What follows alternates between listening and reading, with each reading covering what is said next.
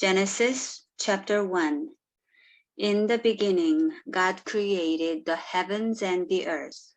Now the earth was formless and empty. Darkness was over the surface of the deep, and the Spirit of God was hovering over the waters.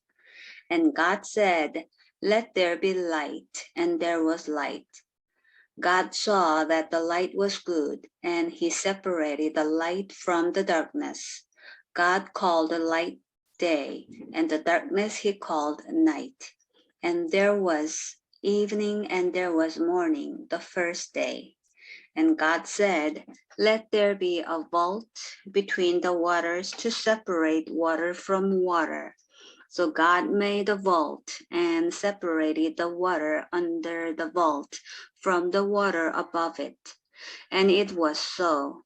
God called the vault sky. And there was evening and there was morning the second day.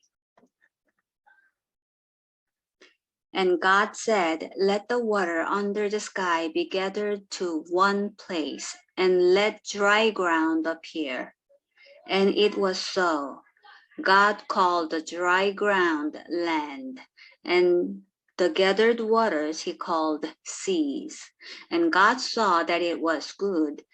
Then God said, "Let the land produce vegetation, seed-bearing plants, and trees on the land that bear fruit with seed in it, according to their various kinds." And it was so. The land produced vegetation, plants bearing seed according to their kinds, and trees bearing fruit with seed in it, according to their kinds. And God saw that it was good, and there was evening and there was morning the third day. And God said, "Let there be lights in the vault of the sky to separate the day from the night, and let them serve as signs to mark sacred times and days and years, and let them be lights in the vault of the sky to give light on the earth." And it was so. God made two great lights, the greater light to govern the day, and the lesser light to govern the night. He also made the stars. God set them in the vault of the sky to give light on the earth, to govern the day and the night, and to separate light from darkness. And God saw that it was good. And there was evening and there was morning the fourth day. And God said, "Let the water teem with living creatures, and let birds fly above the earth across the vault of the sky." So God created the great creatures of the sea and every living thing with which the water teems and that moves about in it, according to their kinds, and every winged bird according to its kind. And God saw that it was good. God blessed them and said, "Be fruitful and increase in number, and fill the water in the seas, and let the birds increase on the earth." And there was evening and there was morning the fifth day. And God said, "Let the land produce living creatures according to their kinds, the livestock, the creatures that move along the ground, and the wild animals, each according to its kind." And it was so. God made the wild animals according to their kinds, the livestock according to their kinds, and all the creatures that move along the ground according to their kinds. And God saw that it was good. Then God said, "Let us make mankind in our image, in our likeness, so that they may rule over the fish in the sea and the birds in the sky, over the livestock and all the wild animals, and over all the creatures that move along the ground." So God created mankind in his own image. In the image of God, he created them. Male and female, he created them. God blessed them and said to them, "Be fruitful and increase in number, fill the earth and subdue it. Rule over the fish in the sea and the birds in the sky, and over every living creature that moves on the ground." Then God said, "I give you every seed-bearing plant on the face of the whole earth, and every tree that has fruit with seed in it. They will be yours for food. And to all the beasts of the earth, and all the birds in the sky, and all the creatures that move along the ground, everything that has the breath of life in it, I give every green plant for food." And it was so. God saw all that he had made, and it was very good.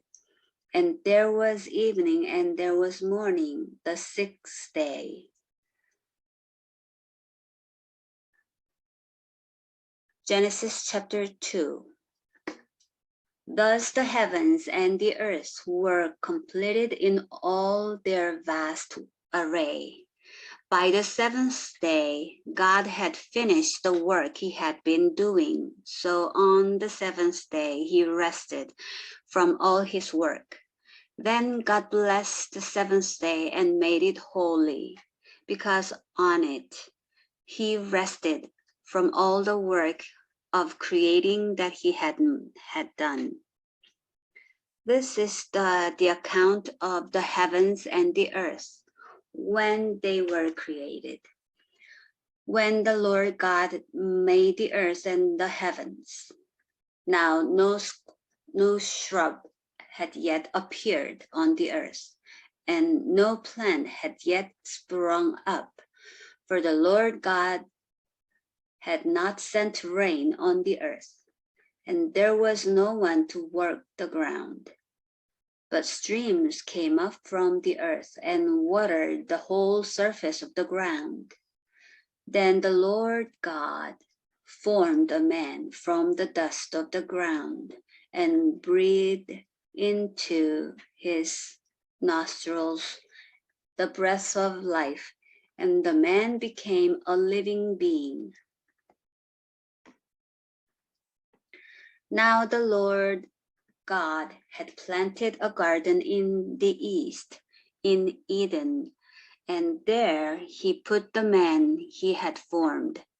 The Lord God made all kinds of trees grow out of the ground, trees that were pleasing to the eye and good for food. In the middle of the garden were the tree of life and the tree of the knowledge of good and evil. A river watering the garden flowed from Eden. From there it was separated into 4 headwaters. The name of the first is the Pison. It winds through the entire land of Havilah, where there is gold. The gold of that land is good, aromatic resin, and onyx are also there. The name of the second river is the Gihon. It winds through the entire land of Cush. The name of the third river is the Tigris. It runs along the east side of Ashur. And the fourth river is the Euphrates. The Lord God took the man and put him in the Garden of Eden to work it and take care of it. And the Lord God commanded the man, "You are free to eat from any tree in the garden, but you must not eat from the tree of the knowledge of good and evil. For when you eat from it, you will certainly die." The Lord God said, "It is not good for the man to be alone. I will make a helper suitable for him. Now the Lord God had formed out of the ground all the wild animals and all the birds in the sky. He brought them to the man to see what he would name them. And whatever the man called each living creature, that was its name. So the man gave names to all the livestock, the birds in the sky, and all the wild animals. But for Adam, no suitable helper was found. So the Lord God caused the man to fall into a deep sleep. And while he was sleeping, he took one of the man's ribs and then closed up the place with flesh. Then the Lord God made a woman from the rib he had taken out of the man, and he brought her to the man. The man said, "This is now bone of my bones and flesh of my flesh. She shall be called woman, for she was taken out of man. This is why a man leaves his father and mother and is united to his wife, and they become one flesh."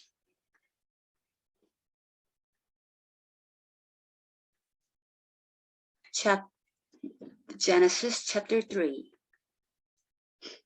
Adam and his wife were naked, both naked, and they felt no shame. Now the serpent was more crafty than any of the wild animals the Lord God had made. He said to the woman, "Did God really say, 'You must not eat from any tree in the garden'?" The woman said to the serpent, We may eat fruit from the trees in the garden, but God did say, 'You must not eat fruit from the tree that is in the middle of the garden, and you must not touch it, or you will die.'" "You will not certainly die," the serpent said to the woman, "for God knows that when you eat from it, your eyes will be opened and you will be like God, knowing good and evil."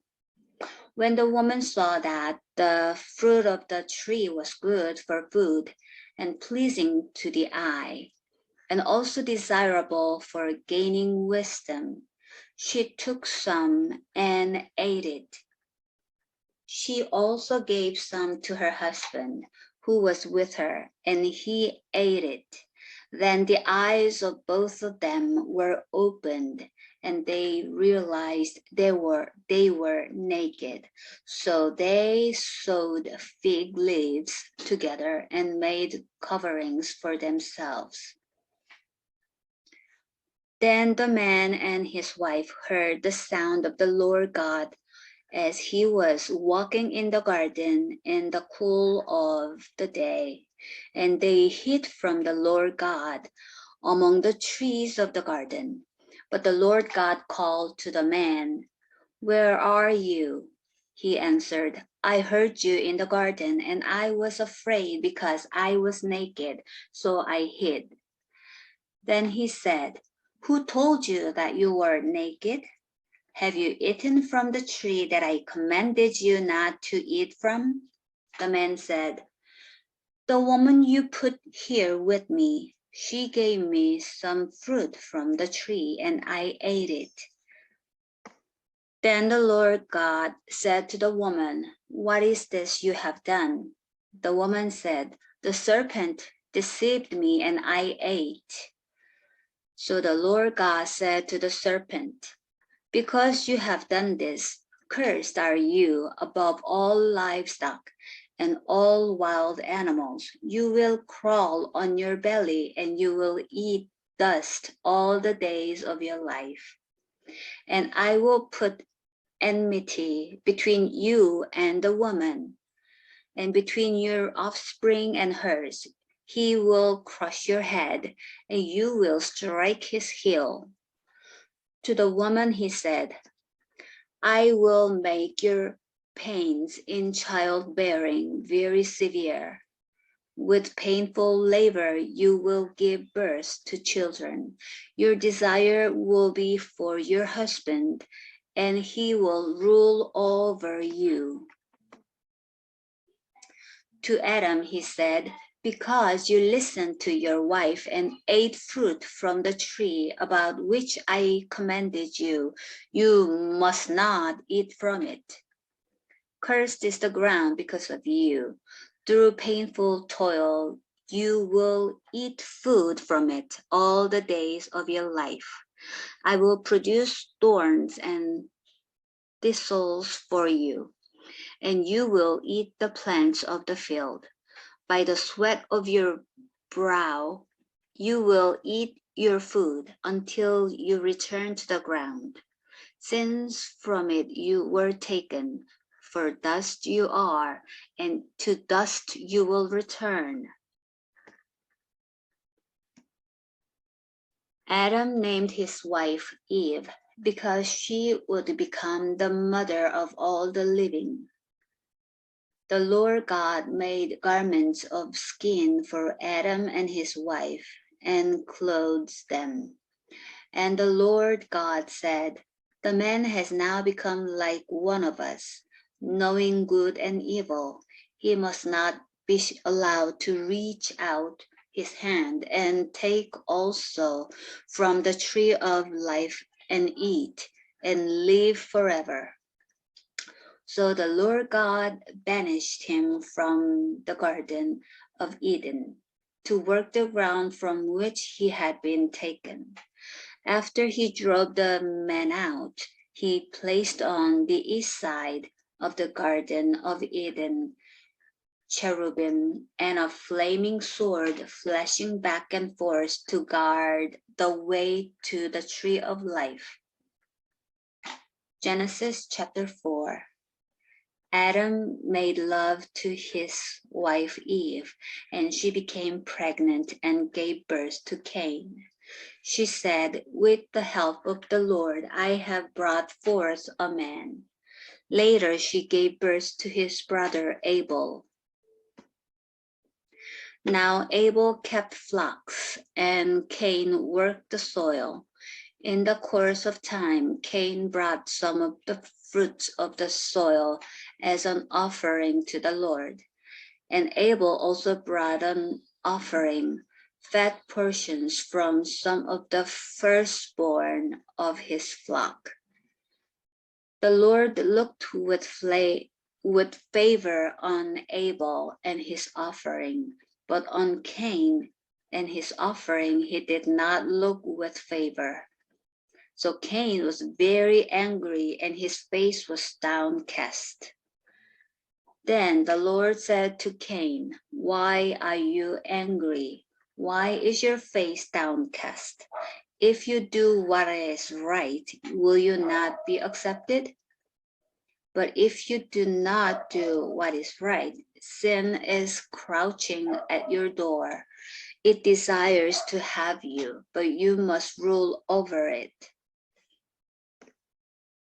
Now Cain said to his brother Abel, let's go out to the field. While they were in the field, Cain attacked his brother Abel and killed him.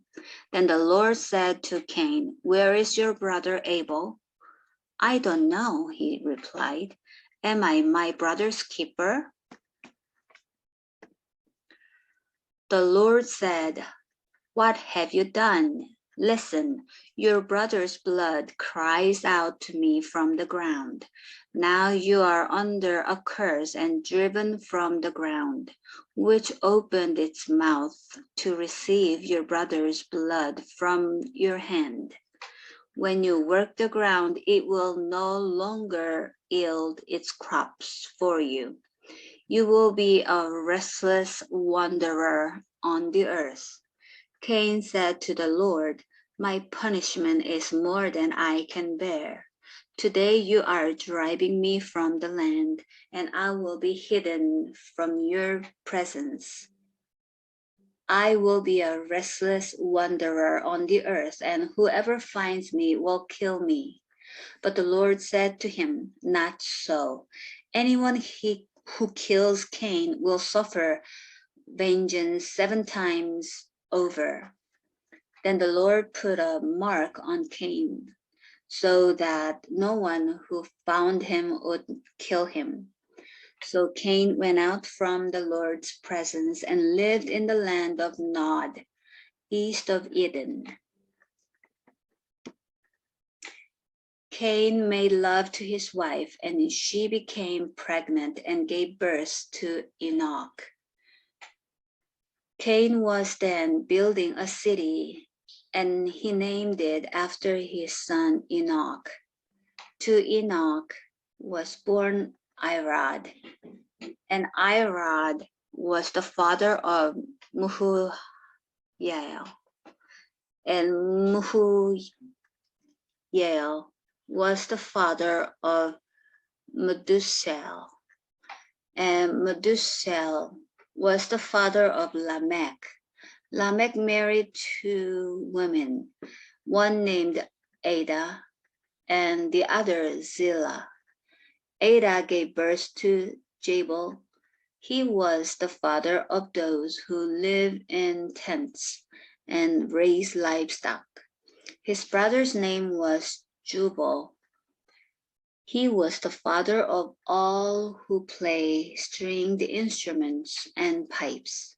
Zillah also had a son, Tubal-Cain, who forged all kinds of tools out of bronze and iron.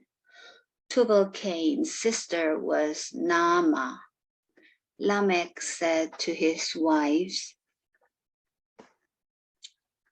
Ada and Zillah, listen to me. Wives of Lamech, hear my words. I have killed a man for wounding me, a young man for injuring me. If Cain is avenged 7 times, then Lamech 77 times. Adam made love to his wife again, and she gave birth to a son and named him Seth, saying, God has granted me another child in place of Abel, since Cain killed him. Seth also had a son, and he named him Enosh. At that time, people began to call on the name of the Lord. This is the written account of Adam's family line.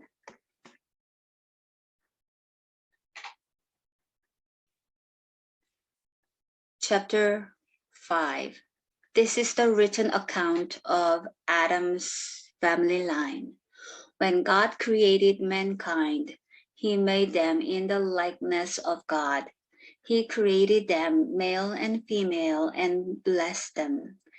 And he named them mankind when they were created.